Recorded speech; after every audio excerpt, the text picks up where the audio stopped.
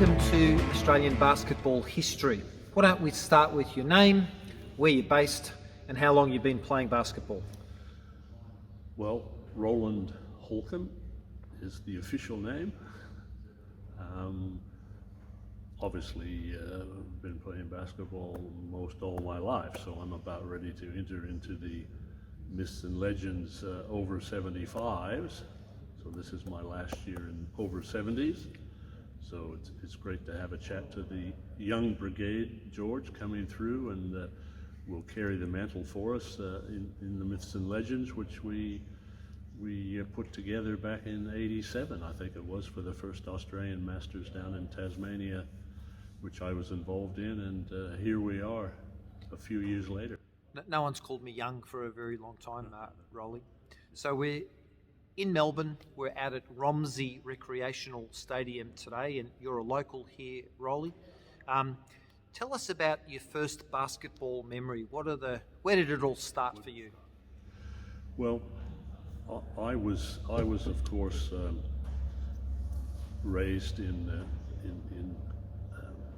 U.S. I resided in a little community in Northern California called Lookout. All of I can remember all of the media releases when basketball became very important in my life. Would always say, Roland Holcomb, Lookout, California, population 125 for the whole little community. So it was a beautiful farming community up in the mountains of Northern California, and so that's where I started. My love of basketball, probably primary school, come junior high school, was sneaking out from church on a Sunday, saying that, I don't feel well, so I could slip down to my grandmother's house, and on her first ever black and white TV, I could watch the old Boston Celtics. And that would, of course, the late 50s. And my hero defensively was, the famous Bill Russell. And offensively, I loved one of their players called John Havlicek. So I did that, and of course that then later in high school and early years of college, it morphed into following our local California team out of San Francisco called the San Francisco Warriors, which are now the Golden State Warriors. And my defensive hero was a great player called Nate Thurmond, and my offensive hero was Rick Barry. And of course they won an NBA title, in my college years. So we got down there to watch them play in person as often as possible. So that they were my heroes, and it stayed with me, as I became involved in junior high and then high school and on to university, and then of course after university, I was lucky enough to have a little bit of nibble at the NBA, and one of the teams sent me to play in Australia because it was opposite seasons, and I came down here to play for a Melbourne team in 1970, the old CYMS team who wanted to be in First Division. So it was enjoyable helping them to get into First Division, and then did some teaching and coaching back in the U.S., but then came back to finish off my career and settled here in 1977. Became an Aussie and been here ever since. And then, of course, got enticed back out of retirement in '87 to be on the first, Australian Masters team and in that tournament. And here we are, many years later, still doing it. Still doing it. Yeah. Rolly, you've given us a really sort of concise overview of the arc of your basketball career, but I guess I'm keen to just explore a couple of things about your US reference point. Of course, for many of the Australian players, they didn't have these iconic references to Bill Russell and teams like Boston Celtics, because of course basketball was nowhere in Australia at the same time, at the same year. your country's loved basketball, and it's the home of basketball. Coaches are almost second to God in the US, and of course, you almost made it to NBA. So perhaps you can tell us a little bit about that part of your career, really the highlight of your on-court performance, and I think the lead up to coming to Australia. Perhaps you can just break that out a bit for us. Well, I mean, yes, and you're rightfully so. The major sports in our school system.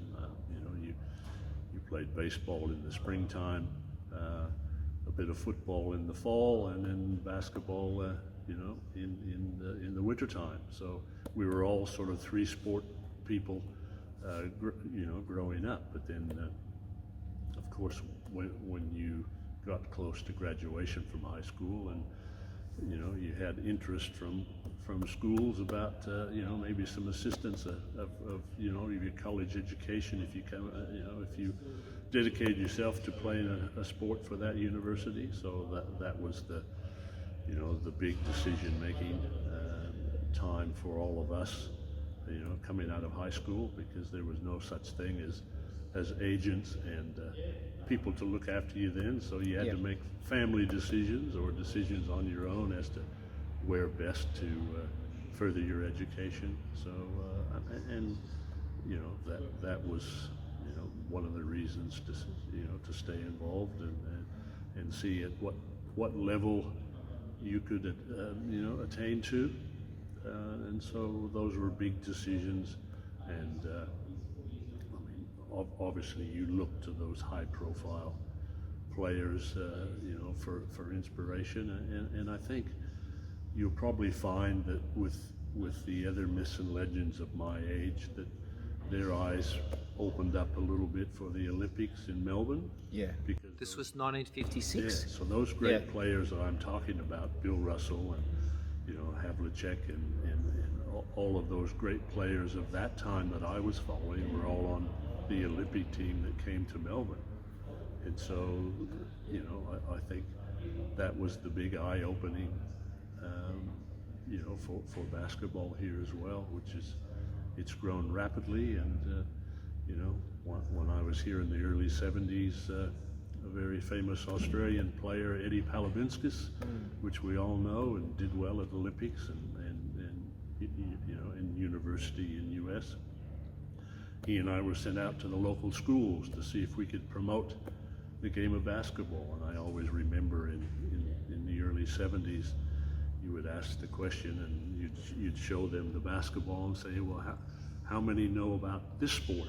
And you might get one little boy at the back, because it was, ladies netball was the only thing with the round ball really at that stage. So the progress that we've made in Australia in 30 years is absolutely amazing, to where there is an interest, and I think people like Kobe Bryant, and Michael Jordan, and Steph Curry, all had a hand in making it a sought after global sport. Yeah. So it's been wonderful to see the development here and be involved with the NBL in its inception, and lucky enough to be involved with Brian Curl and the old St. Kilda Pumas when we won the first 3 titles of NBL. So that's sort of been my fond memories of the development of basketball here in Australia, to where now we've got the second-rated competition in the world. So it's and our women are right up there as well. And the ladies have been right up there for the whole time, even before the men. Yeah.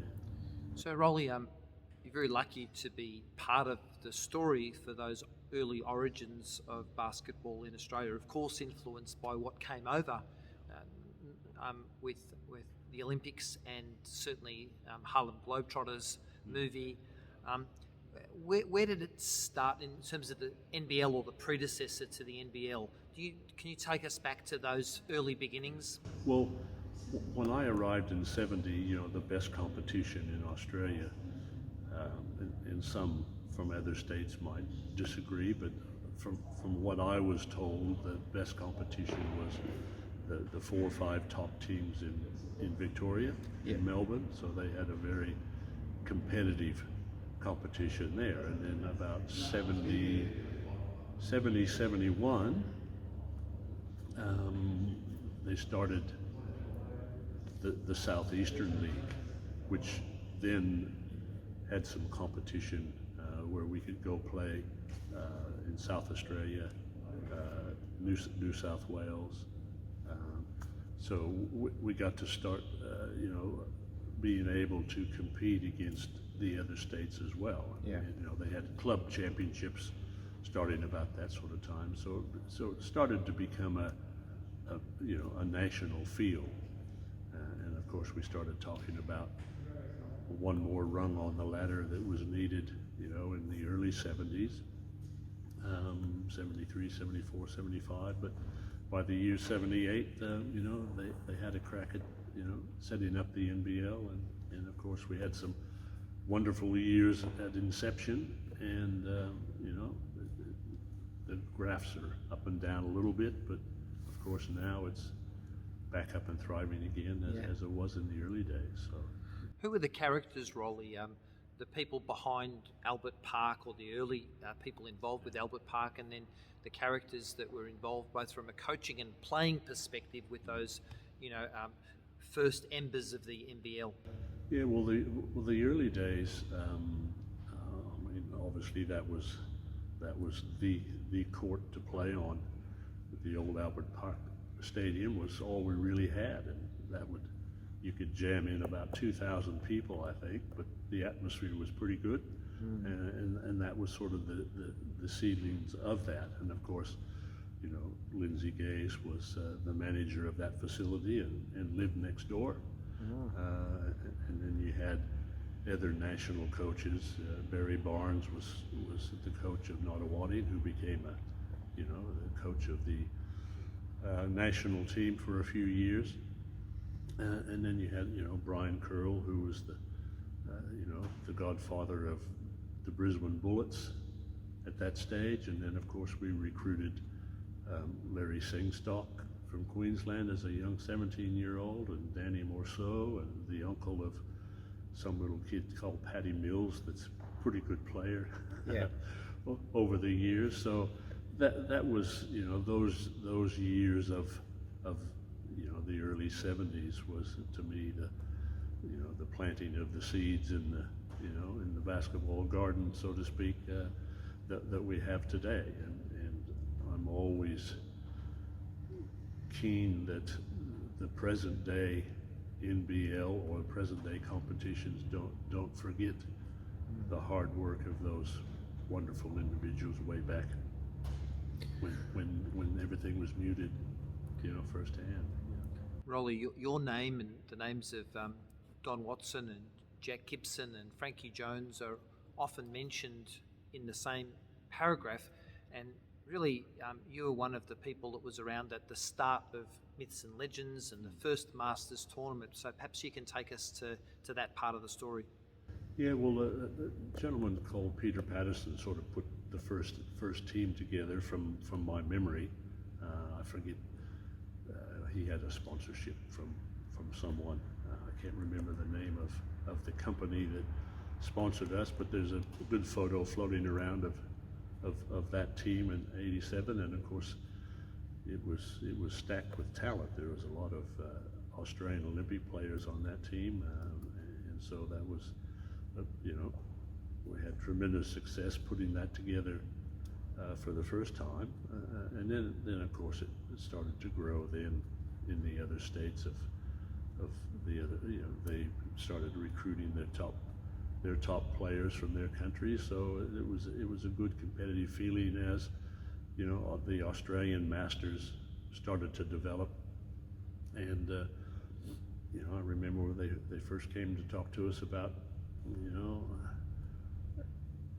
my career sort of ended with a an Achilles tendon injury, and at the age of 32, that's just about all she wrote, because it takes a year or so to recover from that, and you're never the same. But at in your mid-40s, for someone to come to you and say, "Hey, would you like to resurrect your playing career in your mid-40s?" You say, "What?"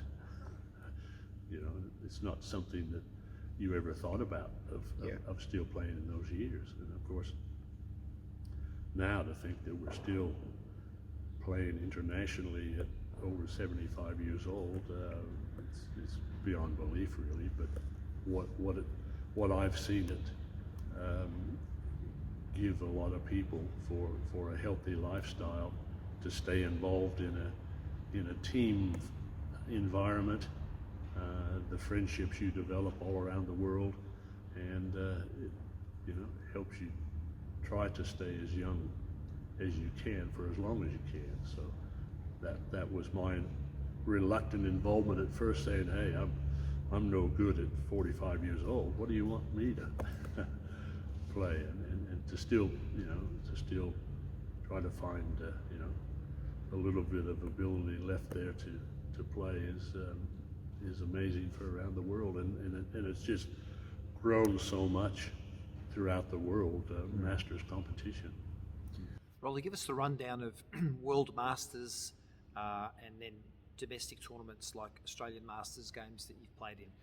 You've been to lots of them as in this part of your Masters basketball career. Yeah, well, I mean, it all started with Australian Masters, and the best teams in Australia compete with each other in all the age groups. It then grew, I think, through our president Ian Farr pushing the envelope and saying, "Hey, well, why don't we go try to compete with the rest of the world?" And of course, we all thought, "Oh, yeah, okay, that's an interesting concept."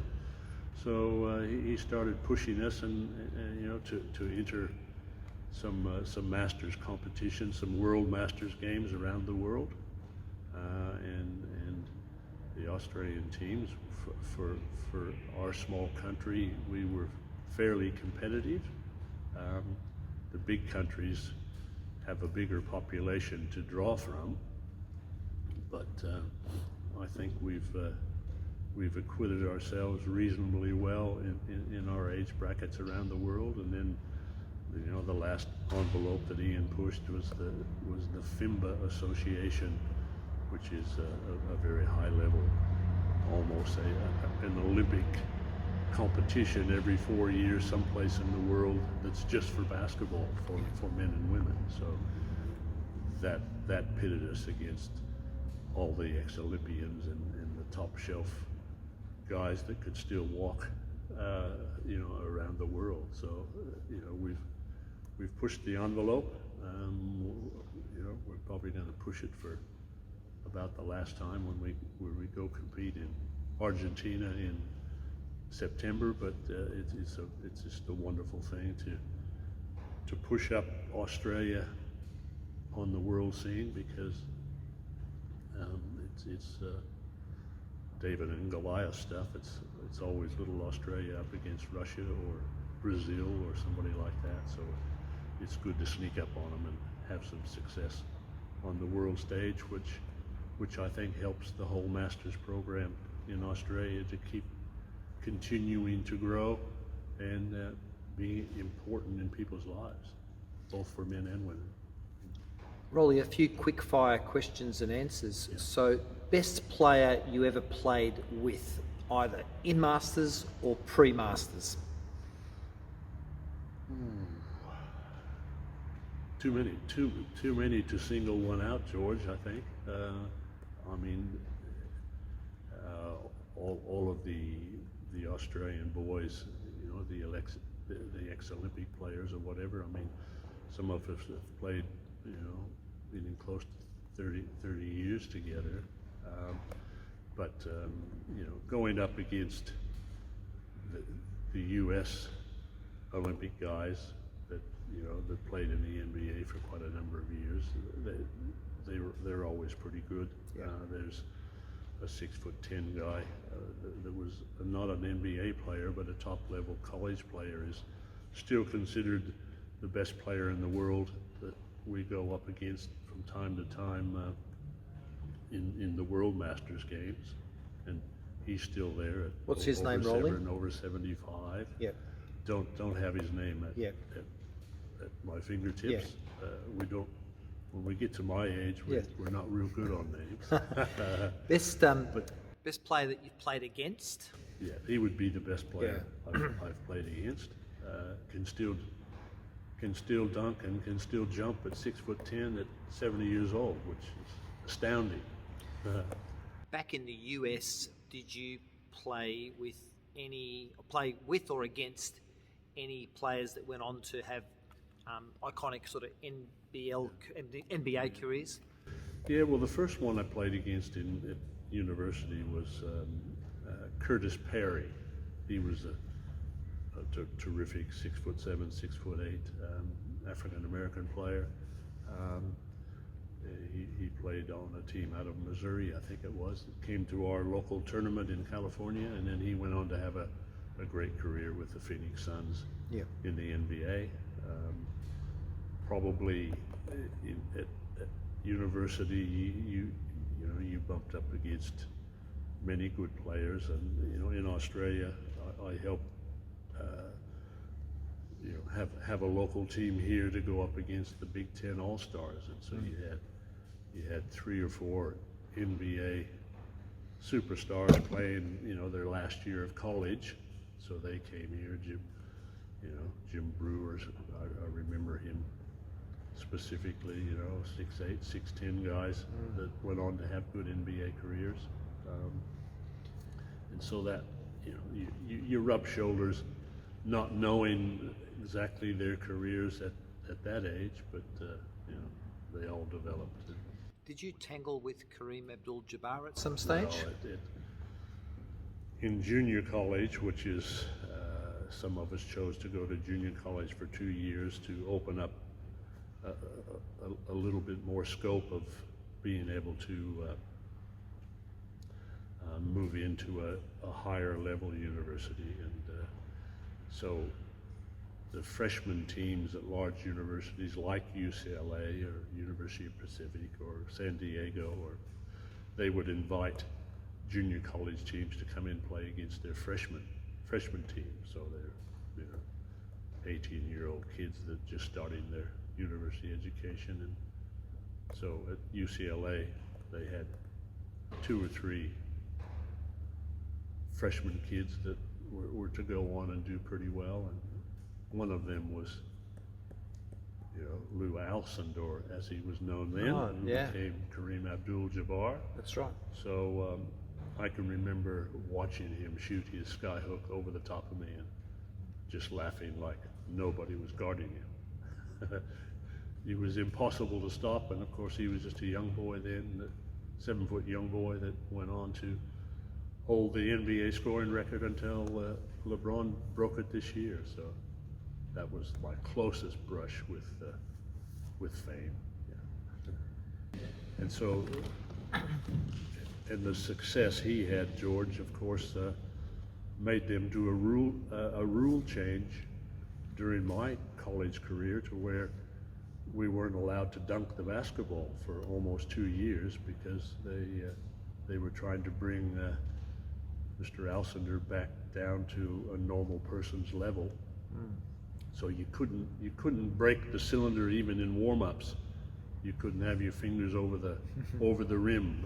It was a technical foul. So they tried to bring that in, but the fans stood up in numbers saying, we want that excitement of playing above the rim back in the game. So it only lasted a couple of years. But, yeah.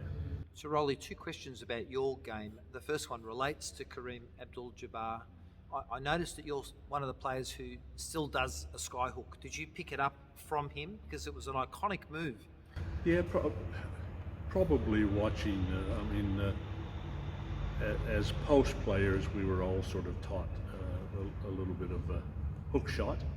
And of course, because I had to go up against 6'10", 7-foot guys all the time. That's the only way I could get a shot off sometimes is to do a hook shot. So we worked hard on that and developed that over the years. So it was in your arsenal, and it's it's amazing that more people don't do it, because it's a fairly accurate shot percentage-wise if you can get the fundamental correct.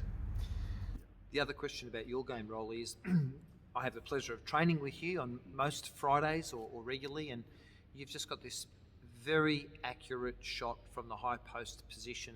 How did that come about? Has that always been one of your go-to strengths? Well, I think so.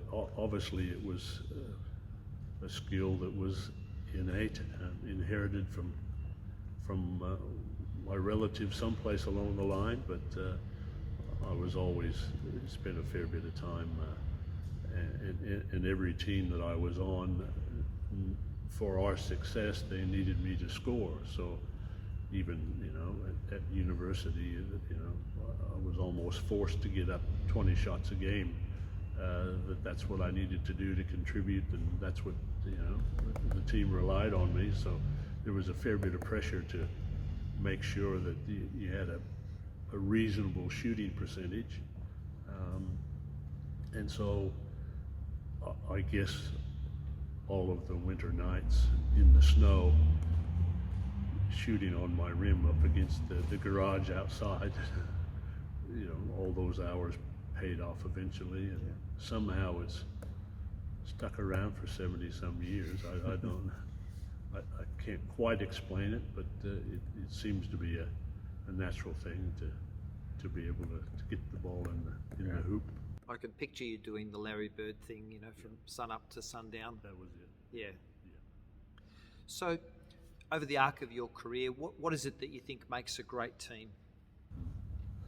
Well, it was pushed hard to me at university, Cal State University of Chico, or back then it was called Chico State, and we had a very famous coach decide he wanted to have a holiday in California, a coaching holiday in California. And so I received a letter in the mail from Jerry Colangelo, who was the owner of the Phoenix Suns, saying, before you make a decision where to go to major college, I want you to have a chat with Mr. Jerry Waugh, who unfortunately we only lost in the last year. And he was a famous player and coach at Kansas. So he was Wilt Chamberlain's freshman coach at Kansas, and he decided to come out to California and coach at our level, which was one down from the Kansas Division I. And his whole philosophy was about team defense. And so our mentality that the offense would look after itself. Holcomb will rely on you to get us 20 or 30 points a game. That pressure is on you offensively, but defensively, we want you to anchor our good team defense. We're going to force everything to the middle, and you're going to help us stop if they get by our other players. Yep. And we're going to set a defensive target every game, and we're not going to give anybody any more than 60 points a game. And so all you did the whole game was glance up at the scoreboard to see if you were going to be in big trouble at the Monday training because we gave up more than 60 points. Yeah. So I guess a team defensive philosophy is the most important thing to me, and I have no more enjoyment than helping out and making it difficult for the other team to score, and then the offense thing just happened, and that evolved over the years. Yeah. Rolly, why are you still playing? Why are you going to Argentina? Why do you come to training every week? What is it about this sport that keeps you coming back? Yeah. Well, I think it's the camaraderie and the wonderful friendships that have developed over the years, and you see so many people spending hours lifting weights in the gym or doing running exercises or whatever, and to me, if you can exercise every muscle and joint in your body doing a sport that you enjoy, is a better way to force yourself to do exercise. And for many years, to stay fit during the off season, you pounded the pavement and did heaps of running and did all that damage to your knees and your feet and whatever. But so it forces me to have some exercise, and you can think you're fit if you're a runner or a user of a gym, but till you get out there and go even half court basketball, the cardio is different, isn't it, George? Yeah, Absolutely. And it's just a wonderful form of exercise, and it's a team sport. So I love team sport rather than individual sport, and like I say, come back to the friendships and the camaraderie and the travel we can do together and the competitions we can enter. I think is just a wonderful aspect of the Myths and Legends and what they've promoted over the years. Could you share with us where you think Myths and Legends is today, and what your vision or hope is for Myths and Legends, let's say 10 years from today? Oh no, it's you know, I think all of us thought, you know, oh, well, in the last 1 year, 2 years, maybe 5 years, 10 years, but it's just wonderful to see it evolve. And you know, all of us that I guess tried to be a role model as far as, hey, you can do it. Maybe not to the level that you would like to do it, but you can still have some team success, see people exercise, learn the sport, and you know, and be involved in something to look forward to from an exercise point of view and a friendship point of view. And it's great to see the young ones like yourself becoming involved, and as those of us that need to ride off into the sunset, it's going to be in good hands, and it's even going to grow. And like the tournaments you're putting together now, that hidden enjoyment that people have not decided to do over the years is play sport at an older age. And that's why, you know, the special World Games for all sports is just grown in popularity around the world, and it's just exploded, and I'm sure it's going to be in good hands, and will even get more important for the health of all of us. Well, Rolly, big shoes to fill in more ways than one. I wanted to say thanks on behalf of basketball in Australia for the contribution you've made to the sport over a long period of time, for the contribution you've made to the Myths and Legends organisation. It's a story that's still going. You're on the doorstep of course, the Berlin tournament, and heading over to Argentina to play in FIMBA.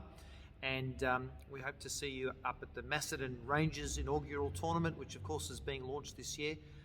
Thanks for today, and thanks otherwise for a significant contribution to basketball in Australia over a very long period of time. Really appreciate it. Thanks, George. No, it's been a wonderful journey, and I can't believe that it's still stumbling along. Well, all we now have to do is get your son Matthew to start playing a few games. Yes. And get off the bench. I'm pushing both sons hard to get involved with the Masters.